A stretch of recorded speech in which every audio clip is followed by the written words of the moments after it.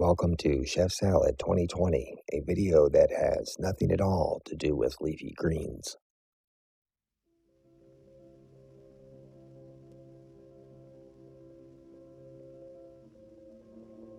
As I understand it, a chef salad is a salad made up of leftover ingredients and other cutting board sweepings, which is then offered as a specialty.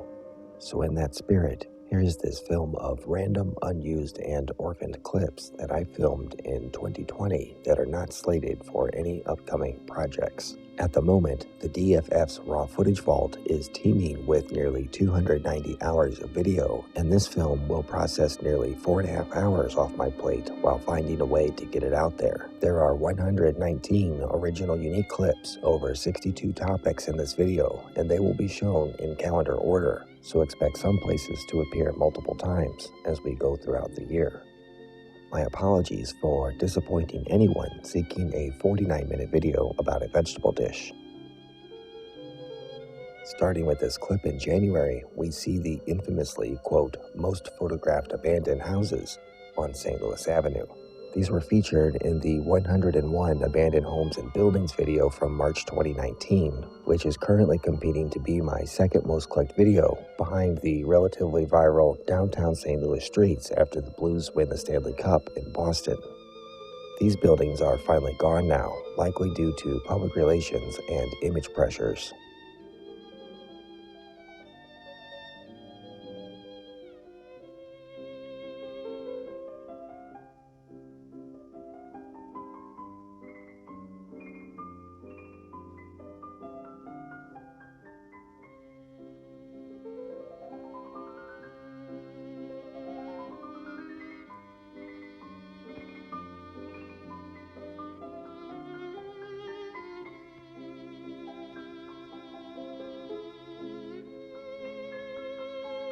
There is a clip of these in their final days of demolition coming up later in the film.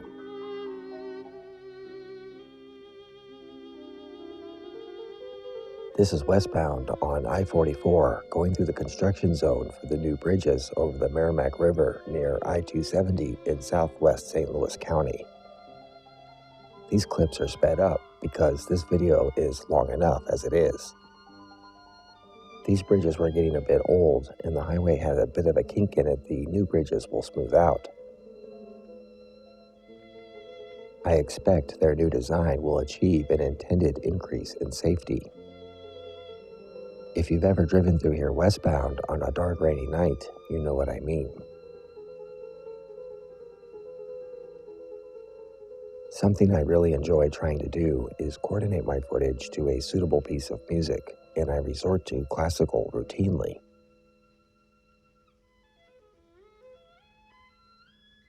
I needed long, interesting non-vocal pieces to cover all the footage, and mixing a song to random footage is challenging enough without a limiting rule of presenting it in chronological order based on when it was shot. So not everything will line up nicely, and here is a good example.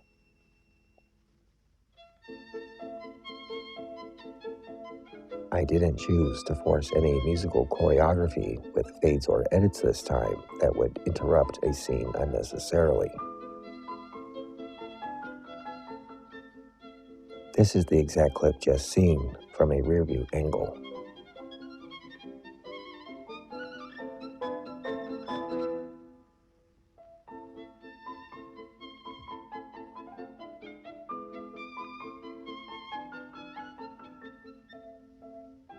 Even with major scene changes not lining up with major song changes, you can still sense some syncopation like these cornering shots here if you choose.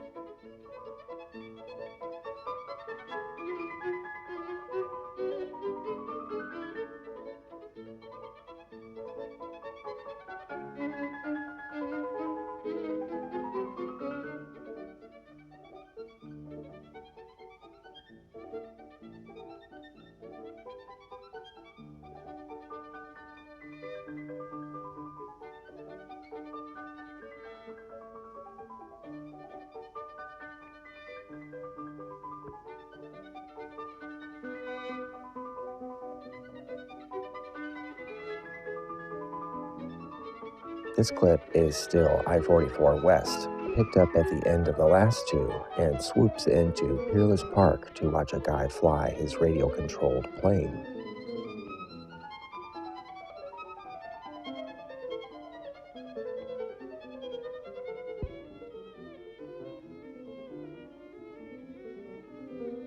I don't know how well you'll be able to make out this plane in this experiment of editing coming up, but it's in there.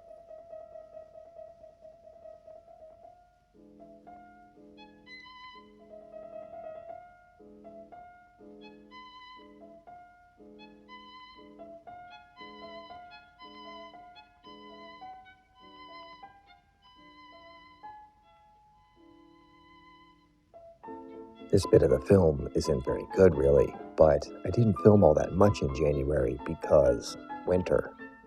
If I'd known a global pandemic was around the corner, I might have been more motivated. I promise the video will get more interesting than this if you'll bear through it.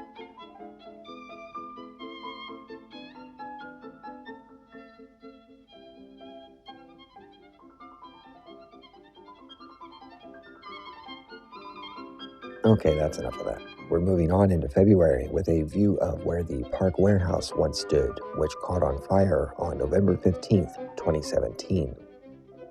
Looking at this spot now, it's like it was never here. You can see the burnt ruins of the Park Warehouse in one of my early videos.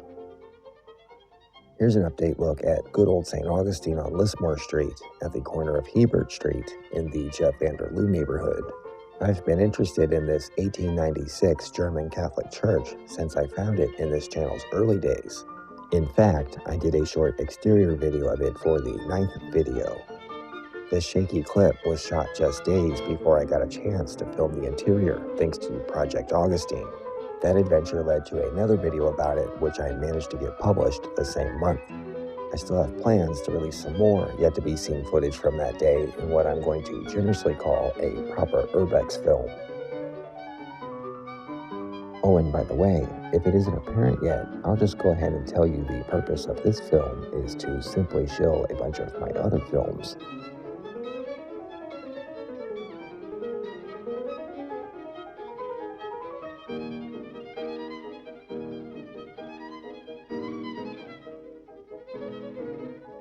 Now we are up to March already. These are some interesting ruins on Brannon Avenue. They weren't marked or fenced off in any way, so I figured no one would care if I snagged a little footage. I was here about 30 seconds when someone appeared out of somewhere and said I couldn't be there. He was pretty nice about it, just concerned about vandals and liabilities, I'm sure. But he was cool enough to tell me this place used to be a furniture factory. The building was from 1903 and burned down about 20 years ago. Inevitably, something will be here again one day, and I'm proud to have collected this little scrap of history on video.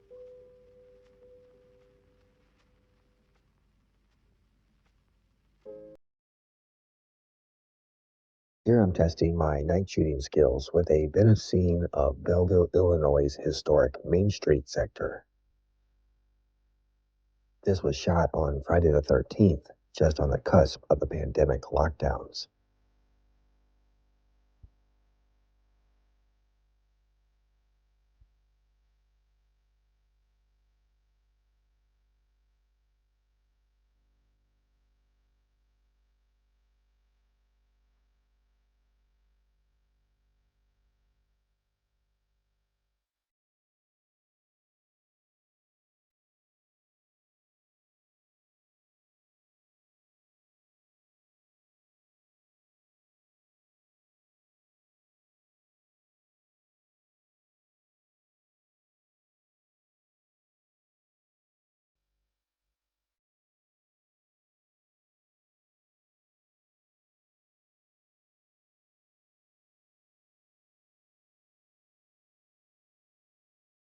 This shot running at double speed is the Meramec River Bridge replacements for I-44 again, but from a different angle.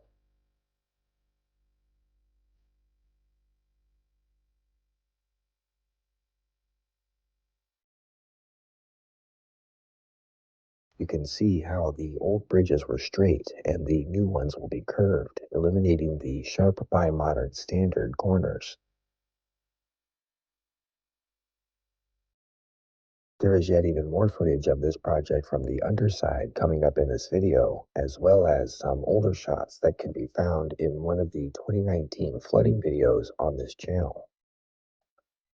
Now we're down at the 7200 block of South Broadway to look again at these fascinating, dilapidated historic ruins I've been monitoring for nearly 3 years. In fact, they can be seen in the previous Chef Salad video from 2018. As of this film's publishing, they are still there, being slowly nibbled on with sloth-like progress. Here's a look at a new development being built at the corner of Skinker and Delmar Boulevards. There was a long-standing Shell station here for the bulk of Delmar Loop's darker decades, and I know I have footage of the empty lot here before they built this, if not the old station itself. This new structure holds a CVS pharmacy, and we'll get more glimpses of it later. This is just a neat old brick house for sale in South City, tightly boarded up and waiting for love and money at the time this was recorded. This is an old service station on South Broadway, an intriguing relic of days past. There's a house in the Patch neighborhood where apparently someone thoughtlessly decided to make too much Kool-Aid at once. Okay, some people might not enjoy this goofing around part with the camera mounted riskily to the bumper about half an inch off the ground.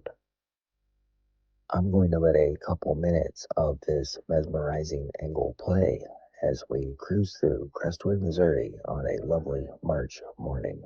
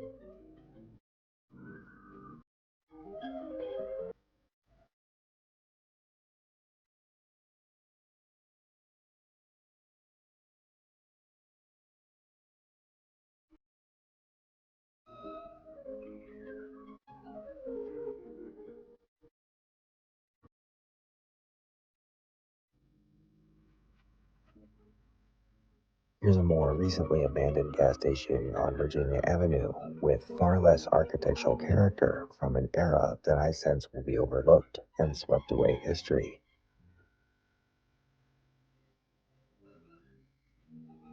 This is another interesting old building on Virginia Avenue. I'm not sure what it's being used for, but it isn't derelict or anything. Now here is an exterior cruise-by tour of Cleveland High School. Abandoned and decaying like many other old-world ornate public structures from virtually a century ago, it waits in limbo for its future.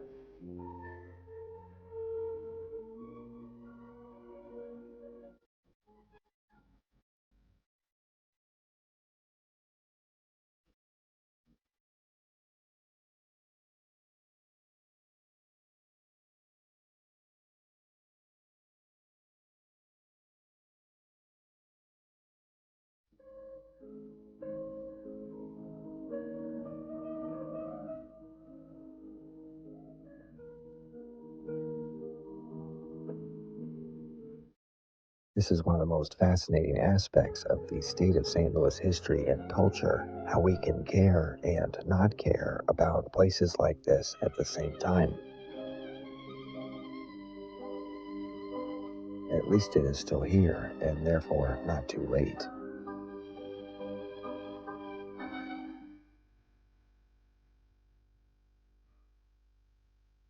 If you went to school here or have any stories to share about this place, please feel free to load up the comment section for this channel's algorithmic benefit.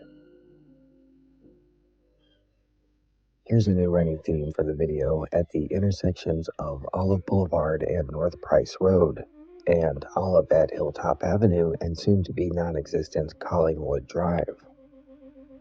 The primary focus here is the old service station that sat on the corner of Olive and Price that was branded as a standard Amocco BP station over the decades.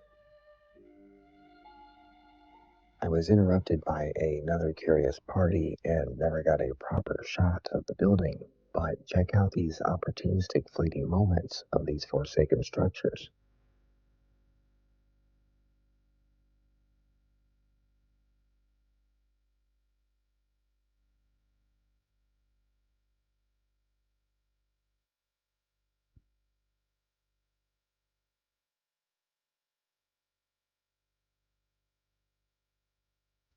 Here's another look at the CVS building development at Delmar and Skinker in April. Most clips in this video are a byproduct of the year's filming and are being shown here in calendar order and not grouped together by subject, so that's why they keep jumping back and forth to the same places. Case in point, here again is the I-44 bridge construction from more alternate angles in April, sped up for time, of course. I really like this clip because it captures a lot of activity and equipment action. Imagine trying to coordinate all of it purposefully for a real movie, and here I just happen to catch it all naturally.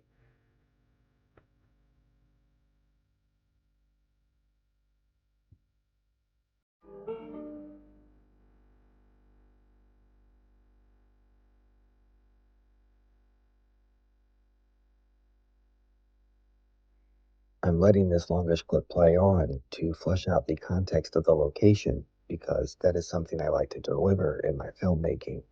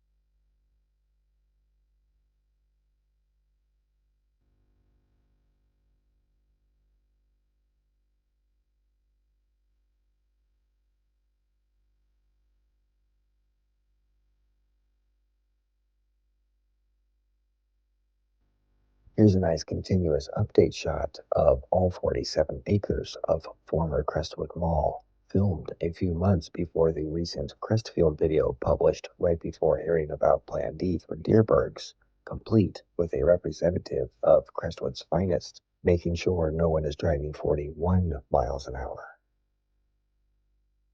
I'm just kidding around, folks. I don't think they're that bad.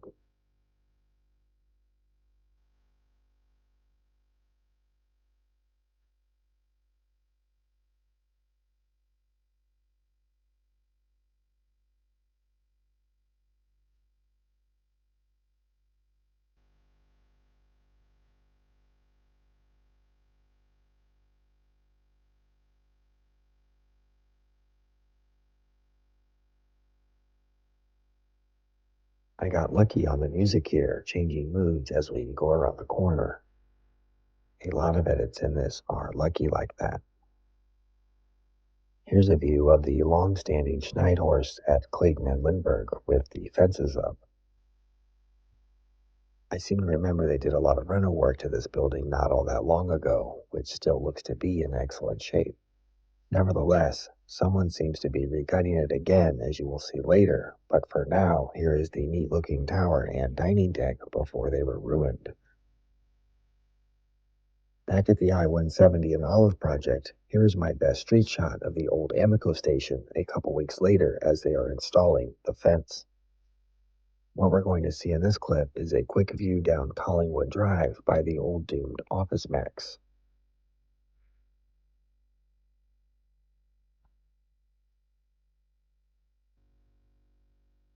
I need everyone to ignore how sloppily I take this turn. It's not like me at all usually. I was just trying to fit in with the cool kids. There was a minuscule temptation to film the inside, but I had no real sentiment or attachment to this store, so we're just gonna cruise by.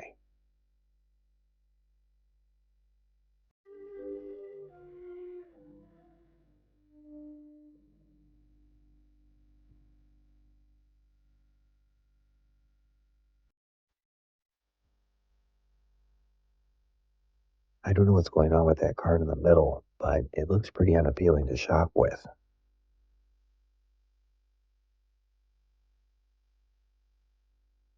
We're going to take a look around the back to get a perspective of the back of the development parcel, as well as get a better look at the Office Max sign on our way out of the parking lot via the now extinct Collingwood Drive towards Olive Boulevard and the next clip.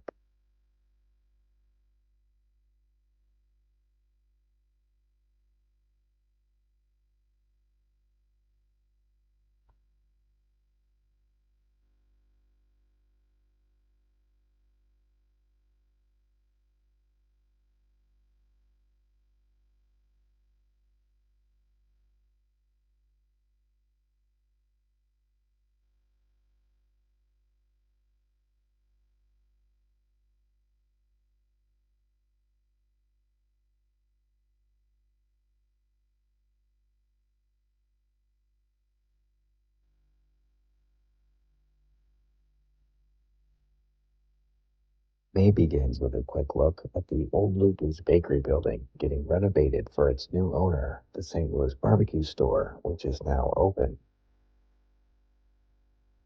One last look at the former Lubeley sign, which I believe was removed the next day.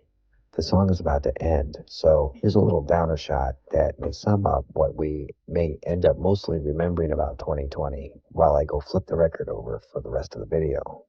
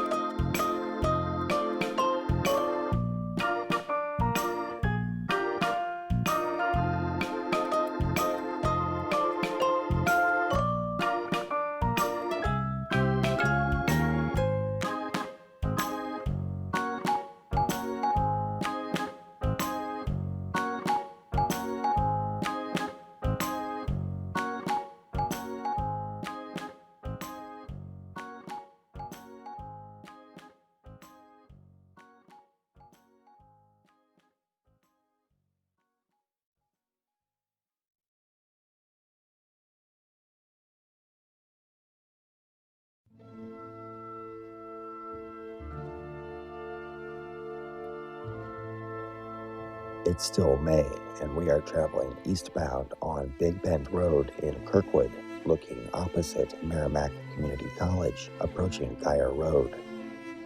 The last 5 houses in this row can be seen just before they're leveling for a new cluster of townhomes next to the gas station. That's the extent of this clip's point. Here is a gratuitous shot of a car accident on Broadway in the middle of downtown one night. It's possible that the cause was the sort of thing that prompted the sprinkling of hideous concrete barrier walls all over the streets. And here is a bunch of people gawking at the accident, like we are. Hey look, it's the arch. Entering June with yet another view of the I-44 Meramec River Bridge construction, but it's the last one in the video, I promise. I had an oddly large amount of projectless footage of this topic for some reason, so I'm dumping it all into the salad. We'll go ahead and speed this up and get through it in a minute and onto something you'll really like.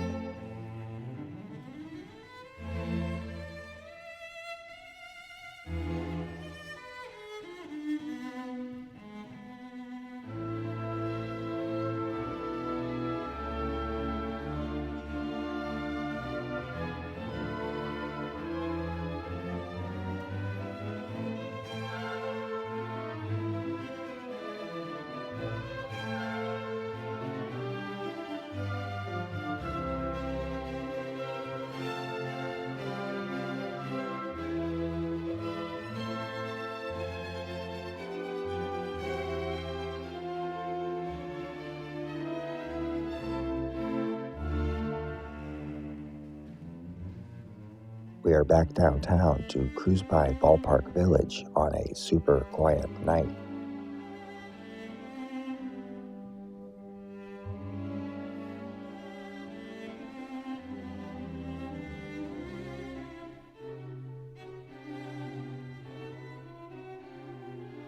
Normally at this time, even if the Cardinals had the day off entirely, you wouldn't see this place this absolutely empty.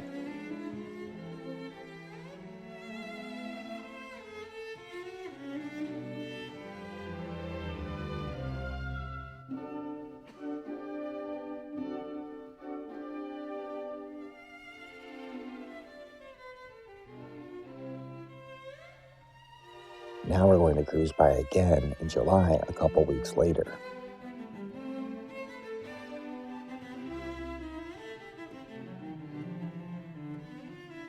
I shot these clips trying to hone my night filming. You can see everything is more lit up this night, but just as eerie quiet.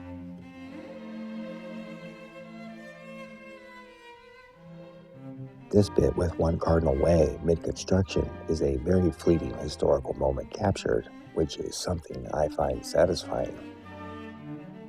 Looking east while going south on South Broadway, we're going to go the other way on Clark Street to look at the stadium side.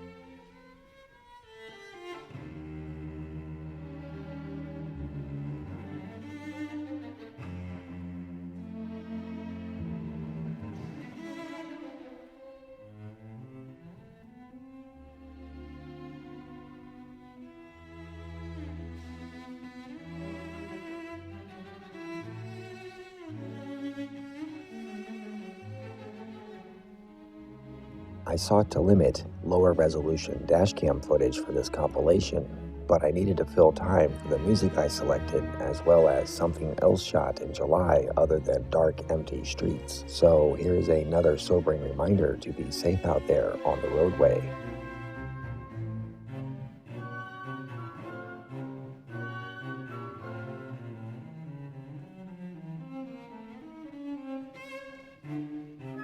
And here is a sobering reminder to watch yourself for crazy drivers. Let's go back to the serenity of those dark, empty streets again, shall we? This is Delmar going westbound, about a week before filming Delmar Loop in the middle of a very quiet summer night. This is going to be about a 2-minute continuous clip in real time, showing the majority of the landmarks on the north side of the street, from artworks in the city all the way to the Trinity roundabout, including a third look at the new building on the northwest corner of Skinker and Delmar, with the CVS fully in place.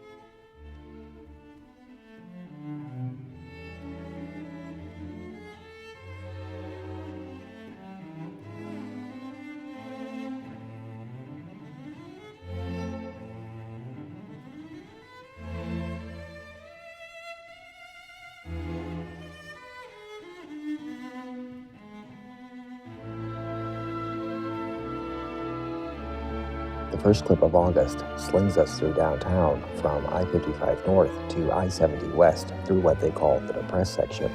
I don't want to admit what I thought they meant by that when I was a kid, but it simply refers to this section of highway that is depressed below the level of the downtown surface streets. I included this clip just because I thought it was a pretty view of downtown in the morning.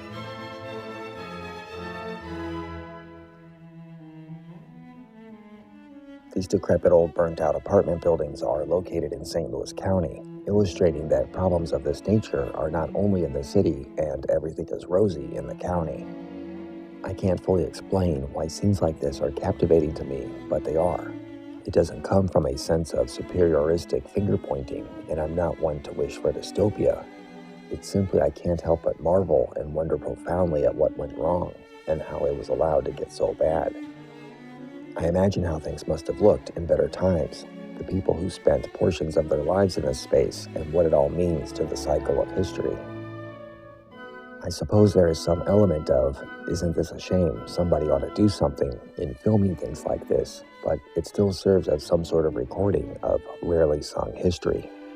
This is the same street, now being used to dump garbage. This video is about to get even trashier still as we zoom in on a particular random pile that just happened to contain what I thought was an interesting collection of items. This is a lovely little cemetery I found in North County, but I don't remember where it is or what it is called. Either way, here's all 10 seconds of the footage I got before the battery died. This is the remaining 20% of the Goody restaurant 1 week after shooting film 94. Goody, another St. Louis landmark, is about to be erased.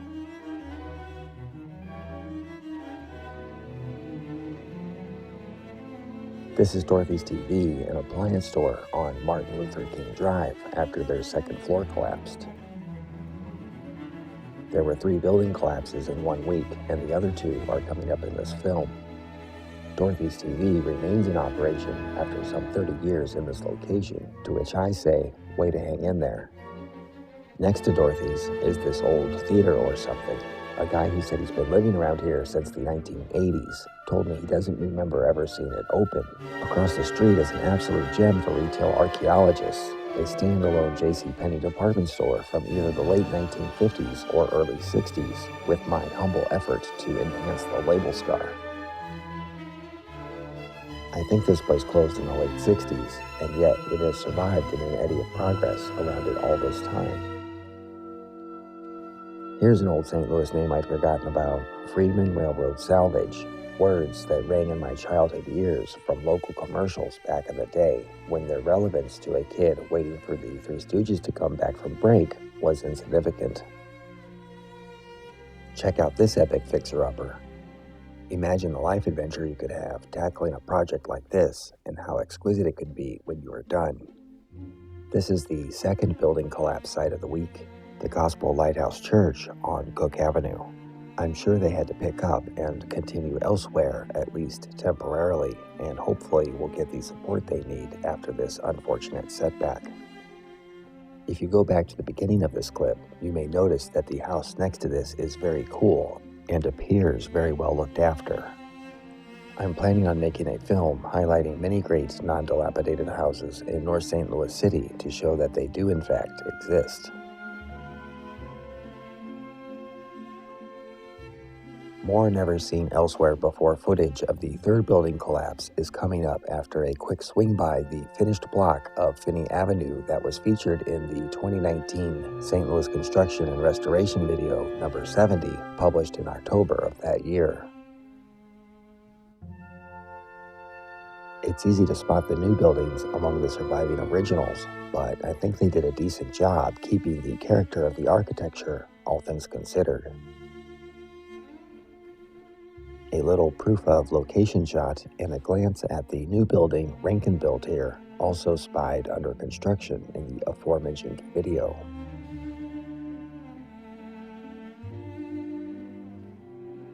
At this point, you may or may not have guessed the Lemp Brewery Warehouse complex is the site of the third major 2020 building collapse in this compilation.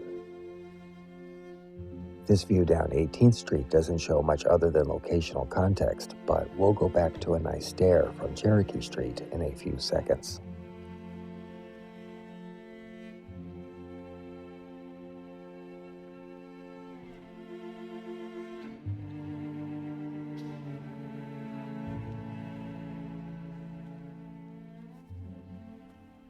At this conveniently sad part of the song is Washington Avenue at 11th Street in downtown St. Louis, where it was decided to barricade the street off into limited access one-way sections and stuff. No one cares what I think, but this is embarrassing and should be rectified if you ask me.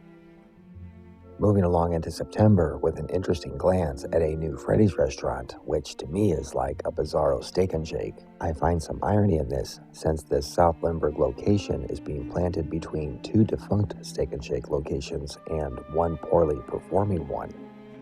Eastbound on Watson will see the former Johnny Mac Sporting Goods is being converted into a Subaru dealership.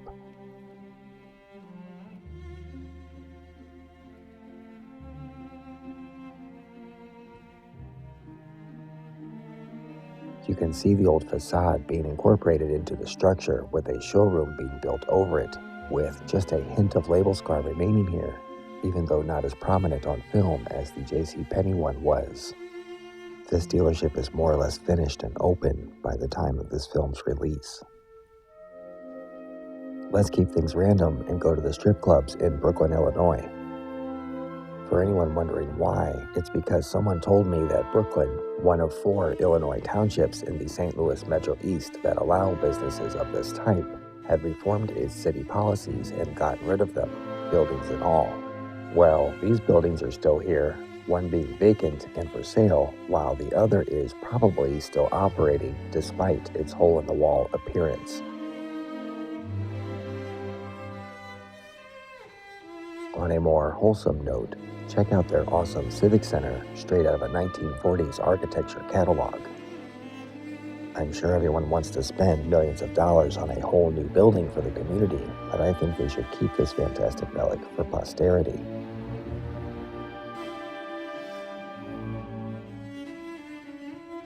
In this cutting room floor clip from the Ladue Auto Service video number 108, I park a minute at the pump as tens to hundreds of thousands of cars did for decades, contemplating their headlights gazing at this very scene across time.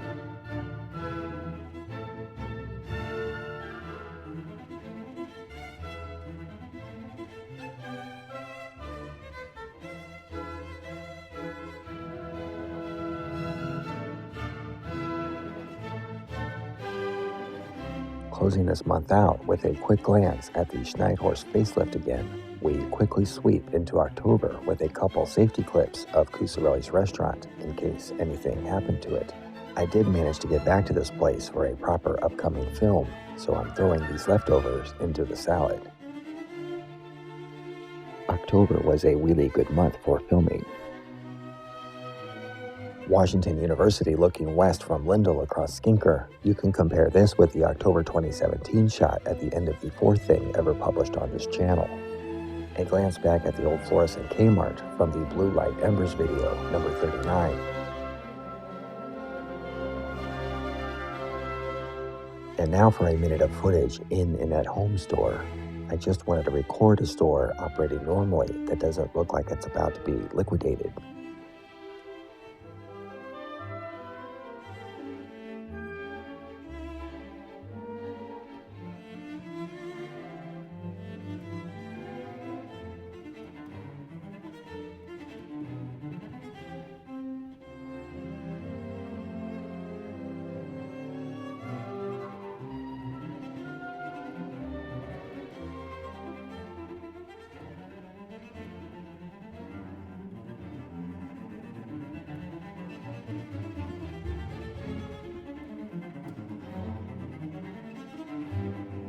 While not recorded particularly well, this might be more interesting to see in a decade or two when this brand is probably extinct.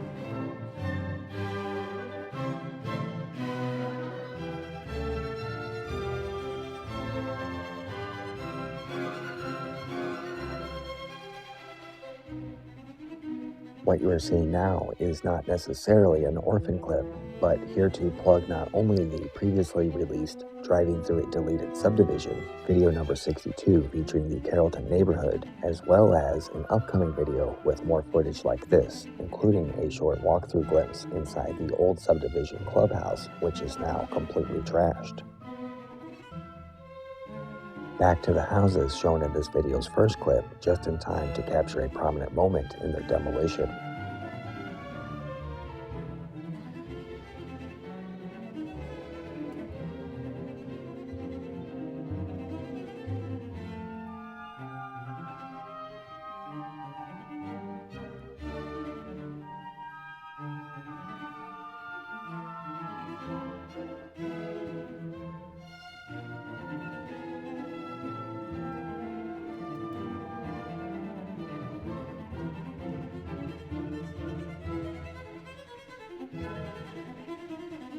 "42 minutes into the film, we make it into November with a shot you can speculate as to why it's been included.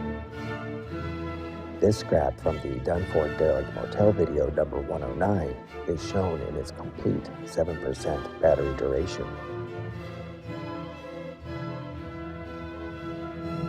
This shot doesn't belong in this film. You're not supposed to see this yet. This was an old favorite eastbound 6440 on-ramp in downtown West being removed. This thing was ancient, short, tight, and built in a different era of traffic. But I loved it because it was sort of hidden and sneaky, and many people probably didn't know about it. Now we're looking east in the direction of where my beloved old chestnut pine ramps were located, now also gone to make way for the new MLS Stadium project. Hey, that reminds me, I've done 2 videos for this channel showing the stadium construction. Let's return again to the development at Olive and 170 with this nearly indiscernible clip showing that the Office Max is now missing before cutting to some epic aerial shots. Here's a much better perspective. The highway is 170 obviously, and we are looking south over Olive. You can see the construction trailers where the Office Max was as we sweep across where all the now leveled houses were towards the west corner where the old gas station seen earlier in March was.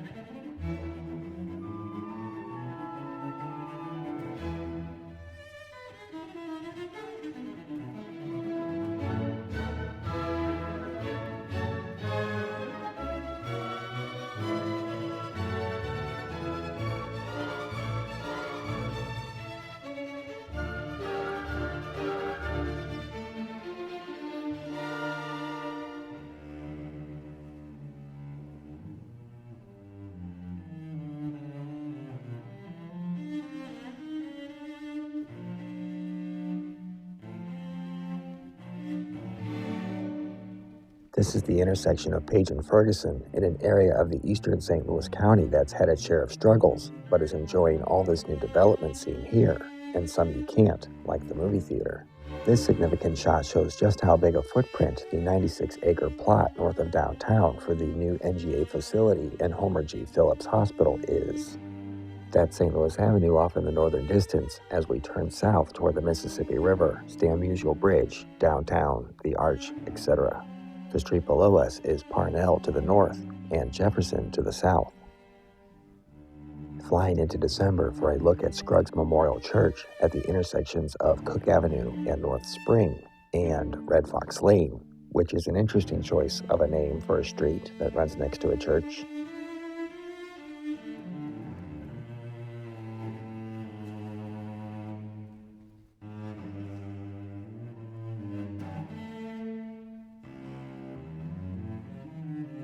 We're going to drive a little bit down South Grand with a western view to show off the design elements and signage of the bridge and Metrolink stop, which I totally approve of.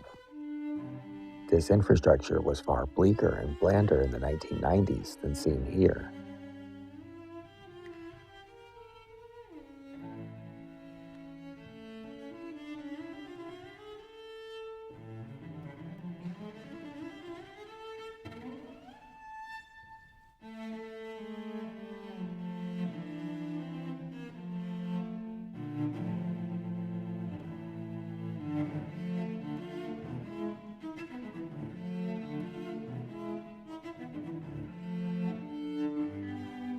I think this clip is also an important scene in history as it shows the northwest corner of South Grand and Choteau Avenue, aka Highway 100, which was featured in yet another video that I did that I'm conveniently mentioning at this point, completely empty and awaiting its next chapter in history.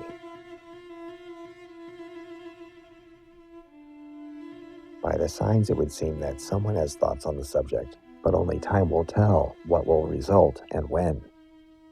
Crown Auto Parts, located on Martin Luther King Boulevard in St. Louis County's Wellston Township, claims to be St. Louis's oldest auto parts store, dating back to 1946. Here's a broad-end street perspective with a sweet donk passing through. The inside of this store is fascinating, but I don't know if I'll ever get a chance to film it.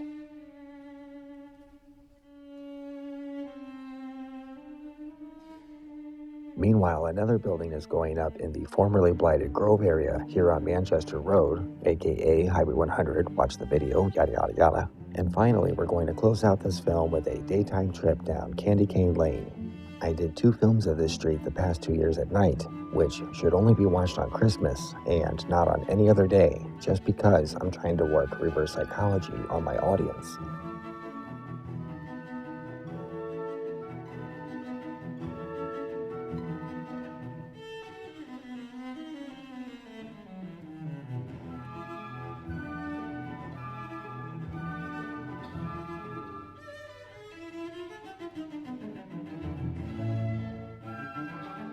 Remember, don't watch those Candy Cane Lane videos I did until Christmas. Instead, check out this Santa Claus. I'm sure I'm not the first to come up with that, but I'd like to thank anyone who has watched this whole presentation. It took quite a while to make, but it was satisfying for me, as I hope it might have been for you, and now I can get on with 2021. Thank you for watching.